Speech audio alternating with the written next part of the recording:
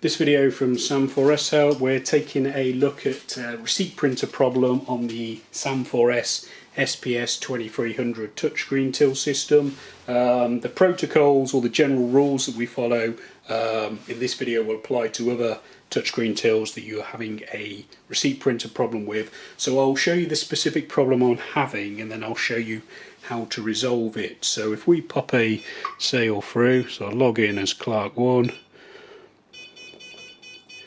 cash sale, cash draw fires correctly, the sales processed correctly, but if you can see here the receipt is printing basically a load of garbage.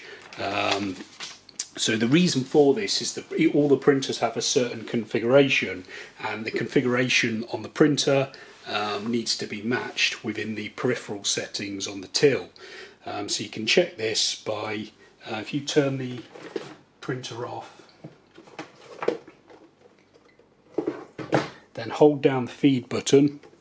If you can see that, just hold it down there. Obviously if it's a different printer it might work slightly differently. Turn the printer back on, release feed, and the machine will run through its feed test. So I'll show you the basic configuration. So we've got all the settings, the paper width, all the information about the printer itself, and a common one that can cause problems is either the baud rate, parity, or the data bits or the stop bits. So we can go and check the settings of these within the till and double check what's causing the problem. So we exit system after we've signed in. We go to advanced settings. So if you've got a dealer or you've got a local guy that does this for you, by all means use them. But this is how to fix it on the systems that I set up. You then want to go into peripherals again, and then receipt. So it's the receipt printer that's got the problem. Sam4S Giant 100, so that one's there.